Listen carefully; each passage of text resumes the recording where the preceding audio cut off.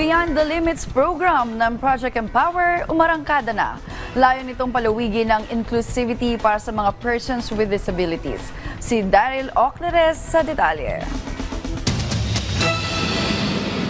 Inilunsad ng Project Empower ang programang Beyond the Limits na naglalayong itaguyod ang inclusivity para sa mga persons with disabilities. Naging sentro ng proyekto ang pagbibigay ng pagkakataon para sa ating mga PWD na sumabak sa sport gaya na lamang ng mga larong Pinoy at adaptive basketball. Sa panayam ng PTV Sports kay Project Empower founder JD Castro, binigyang diin niya na kaya rin ng mga PWD na mamayagpag sa larangan ng palakasan. Well, this is in support with the Philippine Sports Commission para makapagbigay tayo ng grassroots levels of opportunity dun sa mga PWDs na walang access.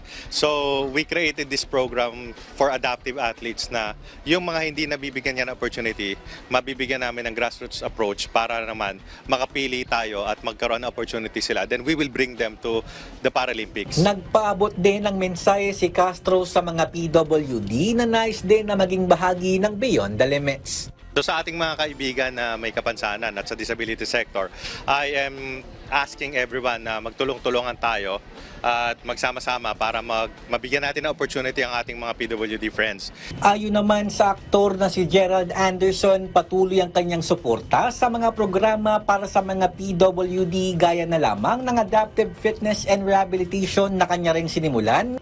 It's a win-win situation. At the end of the day, private sector ako, kaya ako tinoy yung gym was for business purposes, but kung at the same time nakakabigay ka rin ng tulong, helping and giving back always inspires me. Parang nare-renew yung motivation ko.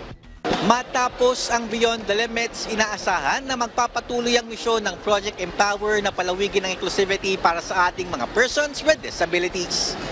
Daryl Ocleres para sa Pambansang TV sa Bagong Pilipinas.